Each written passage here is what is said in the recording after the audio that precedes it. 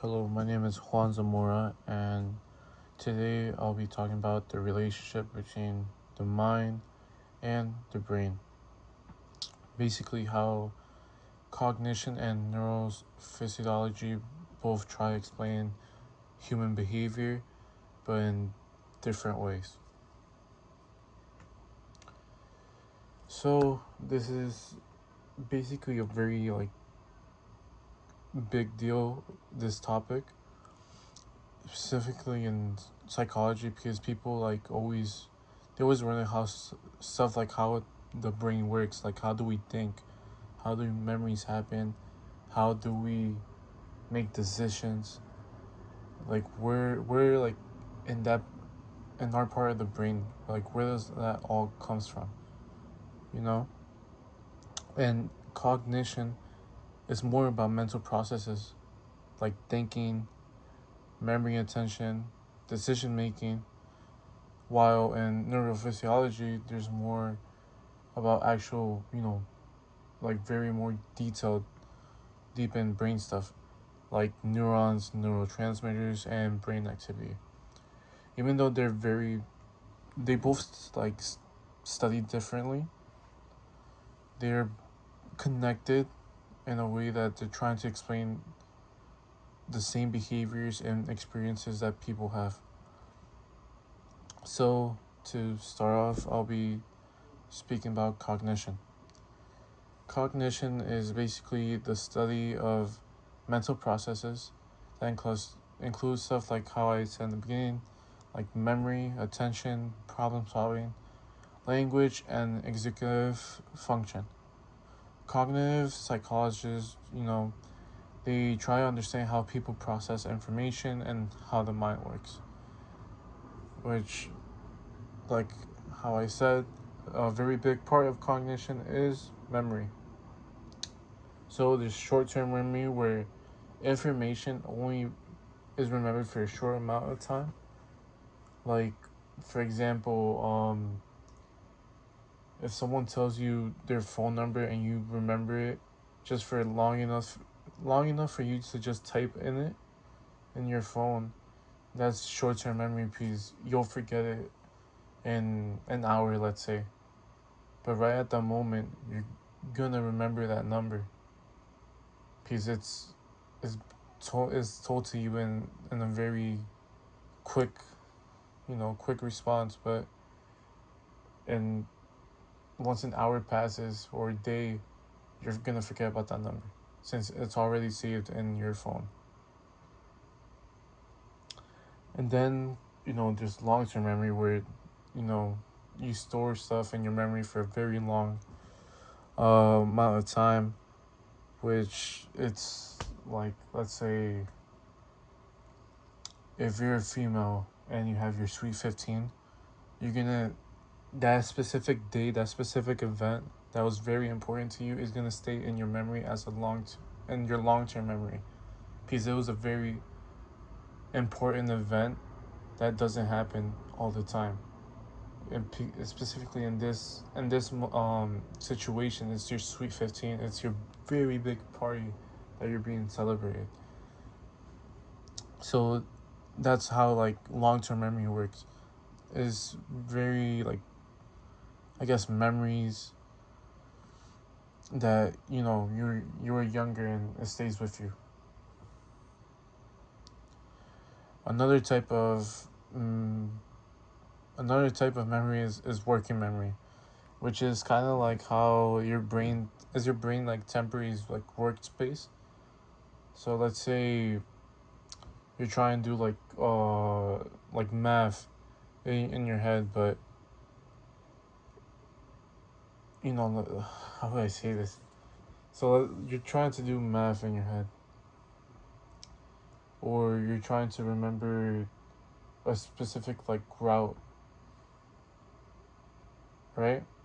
And you have to walk somewhere. So how I'm not really sure if I'm explaining this well, but basically working memory is just remembering like, I'm gonna use that route example again. So basically walking to a place but remembering the route. So let's say I have to get to the supermarket. I have to remember the streets where I have to cross by so I get to that supermarket. That's how working memory works. Basically, remembering.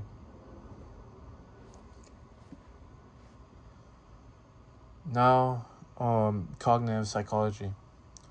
It also talks about, forgetting. Forgetting can happen a lot, you know? It's basically something very normal for us to happen, and it happens over time or even quick since, new information, replaces the old one. And let's say, like, a password, you know? You get a new password and your brain is still trying to keep the old one. Yeah, it's very hard for you to remember the new one since, like I said, your brain is remembering the old password. So, and for another important thing is in cognition is executive function. So further into detail, executive function is basically stuff like attention, planning, self control, and decision making. Basically, it helps people to stay organized and focused. Like, let's say I'm gonna use an actual scenario. I have a test on Wednesday for algebra, so I'll be taking Monday and Tuesday to study so that I do well on my exam for Wednesday. You see, that's a way of an example of executive function, basically. But while I study these 2 days for my exam on Wednesday, I will cut all distractions. So what I did right there is that I'm basically controlling my impulses to in order to focus on passing my exam. There's this habit I do where, like, I scroll a lot on my phone. I'm on TikTok a lot, or I'm on Instagram watching reels. And I do that a lot and it's a bad habit. So in order to stop doing that and so that I pass my exam, I have to control my impulses and make a very an organized structure where this can work out for me to pass my exam on Wednesday, studying both on Monday and Tuesday, and leaving my phone away from me and just focusing on studying these algebra problems. So then, moving on, cognitive psychologists, they use different methods to study mental processes, which is they use stuff like reaction time experiments, memory tests, and cognitive tests to see how people think and respond. One strength of cognition is that it helps explain human behavior and thinking really well. But one limitation is that, scientists can't really physically see thoughts directly. It's not common sense. They can only study behavior and responses. You know.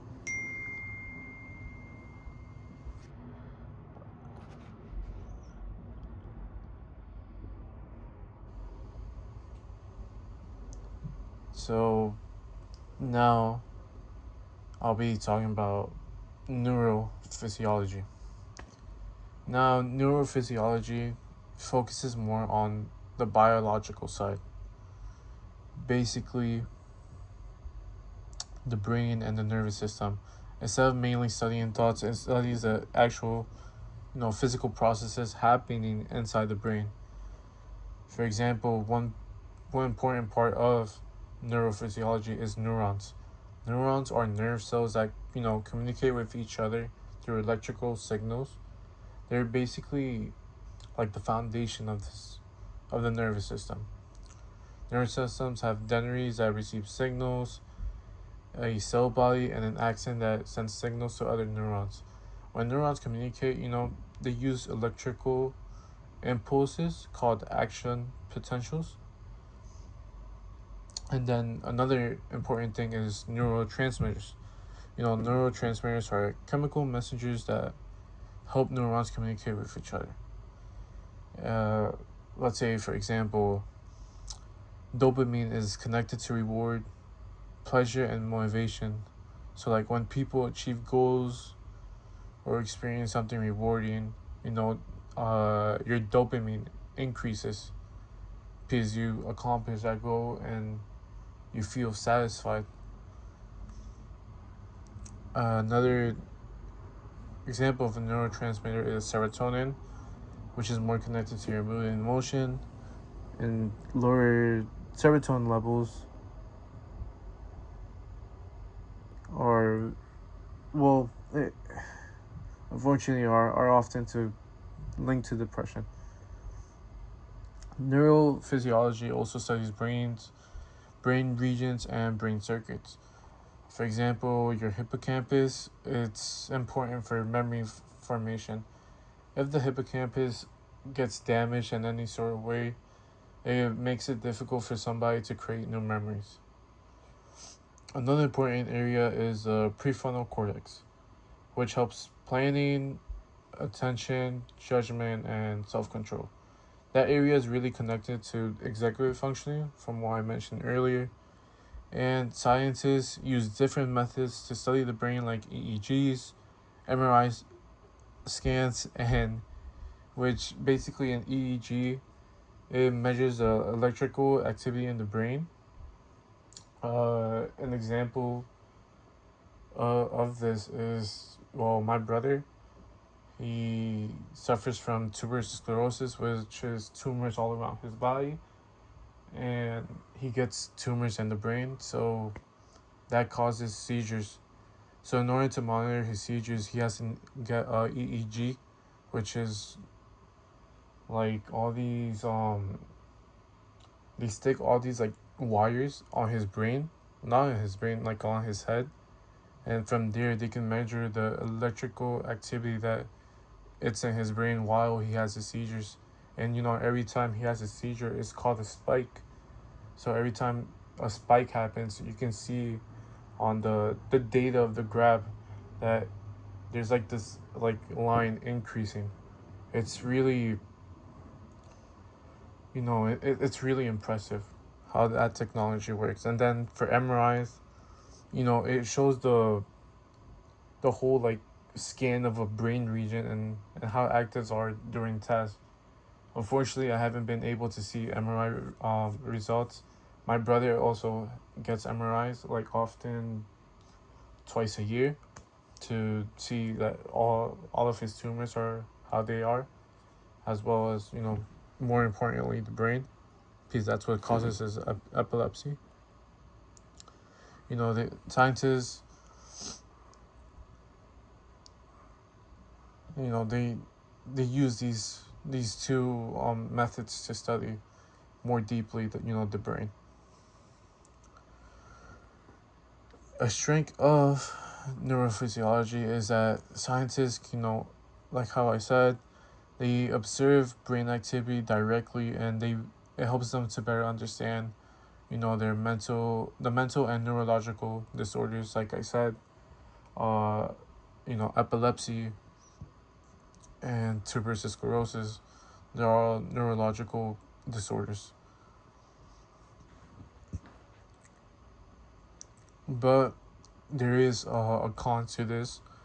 This method is that the brain can't scan alone thoughts and emotions. It only scans directly what's going on in the brain, like the electrical activity, but it can't process thoughts and emotions. So, in comparing both approaches, cognition and neurophysiology, they're both different, but they are really connected. Cognition, they focus, like I said, more on mental processes like memory, thinking, and attention, and neurophysiology focus more on neurons, neurotransmitters, and brain circuits. For example, cognitive psychology might study why people forget information or how working memory functions. At the same time, neurophysiology studies the hippocampus and neural pathways involved in memory formation. So basically, both cognition and neurophysiology are important for understanding human behavior, since cognition helps explain the mental experiences that we tend to live, like memory, attention, and decision making, while neurophysiology explains the biological activity behind those experiences. Like I said, my brother, the neurophysiology explains why he has seizures, and it's from all the tumors he has in his brain that causes a spike, and which results in the seizure. You know, and then together, together both approaches, they're very effective because they show how the mind and brain are deeply connected, and both are needed to really understand the psychology and neuroscience and how important this is. But at the end of the day, they both are effective to help study the neurology and study the psychology on why these stuffs happen.